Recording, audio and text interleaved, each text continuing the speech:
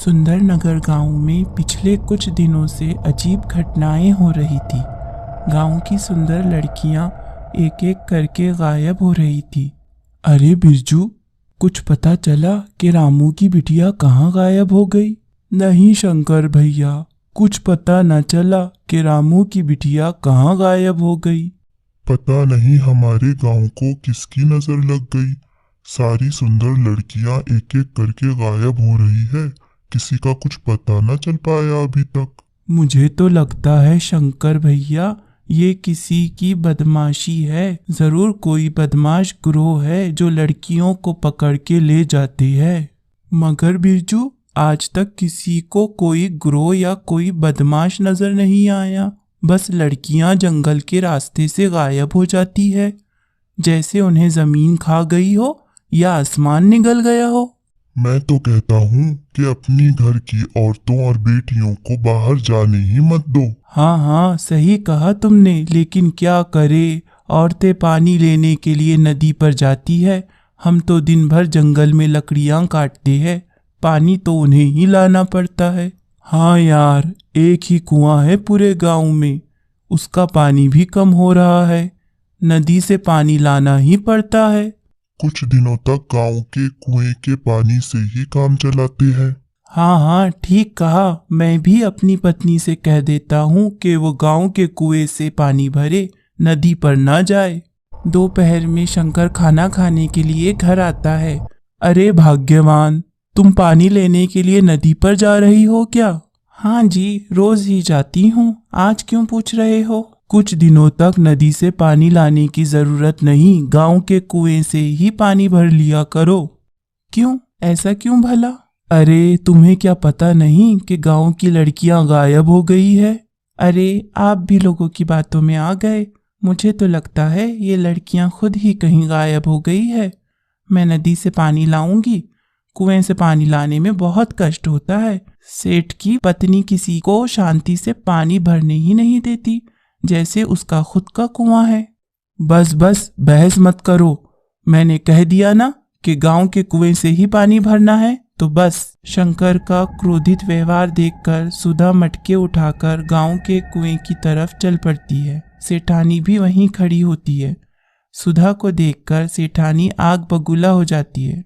तुम यहाँ क्या कर रही हो? पहले ही मैं परेशान हूँ, इस कुएं में पानी बहुत कम हो गया है, ऊपर से तुम भी आ गई। जाओ नदी पे जाओ, वहां से पानी भर लो। क्यों? ये कुआं क्या तुम मैके से लाई थी, जो तुम अकेली ही ये पानी इस्तेमाल करोगी? ए सुधा, बकवास ना करो, वरना इसी मटके से तेरा सर फोड़ दूंगी। मटका मेरे पास भी है सेठानी, ज्यादा बनने की जरूरत नहीं है, मुझे बस एक ही मटका पानी लेना है। नहीं, अगर तुम लोगी तो फिर धीरे धीरे सभी आ जाएंगे। तुम जाओ यहाँ से। मैं नहीं जाऊंगी, मैंने कहा ना कि जाओ। वो दोनों झगड़ा करने लगती है कि पास में खड़ी मोहन की बेटी पूजा बीच में बोल उठती है। अरे अरे सुधा मौसी और सेठानी जी, आपस में ऐसे झगड़ा मत करो। स्कूल में मेरी सहेली बता रही थी कि पास के जंगल में एक लाल कुआं है और उसमें बहुत पानी है। आप दोनों उस कुएं से पानी भर लो।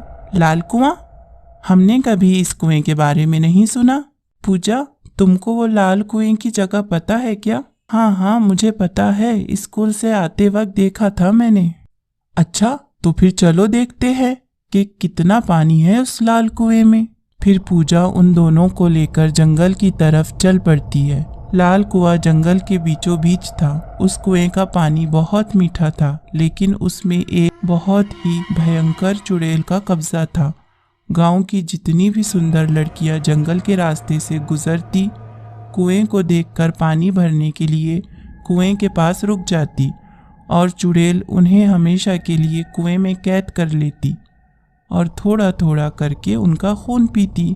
बहुत भूख लगी है, लगता है आसपास कोई सुंदर कन्या है, आज तो खाने का बंदोबस्त हो ही जाएगा। चुड़ैल कुएं के अंदर चली जाती है और प्रतीक्षा करती है। थोड़ी देर में सेठानी सुधा पूजा के साथ वहां आती है। देखो देखो, यही वो लाल कुआं है। अरे वाह, ये तो पानी से भरा हुआ है। चलो चलो जल्दी से पानी भरते हैं, इससे पहले कि रात हो जाए, घर भी तो पहुंचना है। अभी वो बातें कर ही रहे थे कि चुड़ैल कुएं से बाहर आ जाती है। सुंदर कन्याएं, मैं तुम्हारा खून पीकर और भी शक्तिशाली हो जाऊंगी। चुड़ैल को देखकर सुधा और सेठानी भाग खड़े होते हैं, लेकिन पूजा बहुत भयभीत हो जाती है और भाग नहीं पाती। वो बेहोश होकर गिर जाती है। चुड़ैल उसे कुएं में अपने साथ ले जाती है। इधर सुधा और सेठानी भागते हुए गांव पहुंचते हैं और गांव के सब लोगों को सारी घटना के बारे में बताते हैं। मैंने तुमसे कहा भी था सुधा कि गांव से बाहर मत जाना। मुझे क्षमा कर दो जी, मुझसे गलती हो गई। पूजा तो बच्ची है, तुम दोनों ने उसकी बात क्यों मानी? अब मेरी बेटी को वो चुड़ैल खा जाएगी। हे भगवान, मेरी पूजा। अरे मोहन, इस प्रकार रोने से पूजा क्या वापस आ जाएगी? अभी भी देर नहीं हुई है। हम काली पहाड़ी वाले तांत्रिक बाबा के पास चलते हैं, अब वो ही इसका समाधान करेंगे। हाँ हाँ चलो, काली पहाड़ी वाले बाबा बहुत ज्ञानी है। चलो फिर जल्दी करो, कहीं वो चुड़ैल मेरी बिटिया को खा ना जाए। फिर वो सब काली पहाड़ी वाले तांत्रिक बाबा के पास जाते हैं। बाबा बाबा, मेरी बिटिया को बचा लो, वो चुड़ैल उसे खा जाएगी। धैर्य धैर्य बालक, मुझे सब विस्तार से बताओ। सेठानी बाबा जी को सब बताती है। तांत्रिक बाबा सब सुनकर असमंजस में पड़ जाते हैं। क्यों बाबा, क्या हुआ? आप हमारे साथ चलेंगे ना? पूजा को बचाएंगे ना? हाँ हाँ, अवश्य मैं चलूंगा। चलो उस चुड़ैल को पाठ पढ़ाते हैं। जैसे ही वो लोग लाल कुएं के पास पहुंचते हैं, चुड़ैल सामने आ जाती है। ए चुड़ैल, मैं कहता हूँ छोड़ दे उस लड़की को, अन्यथा परिणाम भुगतने को तैयार हो जा। कौन है रे तू? इतना साहस कि तू मुझे धमका रहा है? उस लड़की को मैं नहीं छोड़ूंगी। तू ऐसे नहीं मानेगी। बाबा क्रोधित होकर चुड़ैल पर अपनी शक्ति से वार करते हैं। चुड़ैल भी अपनी शक्ति का प्रयोग करती है। शक्तियां आपस में टकराती है और एक जोरदार धमाका होता है। मैं फिर कहता हूँ मान जा, लड़की को छोड़ दे और सदैव के लिए इस कुएं से चली जा। नहीं जाऊंगी और ना ही लड़की को छोड़ूंगी। चुड़ैल बाबा जी पर हमला करती है, परंतु बाबा जी अपनी शक्ति से उसका वार पलट देते हैं। चुड़ैल घायल हो जाती है। वो फिर से हमला करती है। बाबा जी फिर उसका वार उस पर ही पलट देते हैं। इस बार चुड़ैल नीचे गिर जाती है।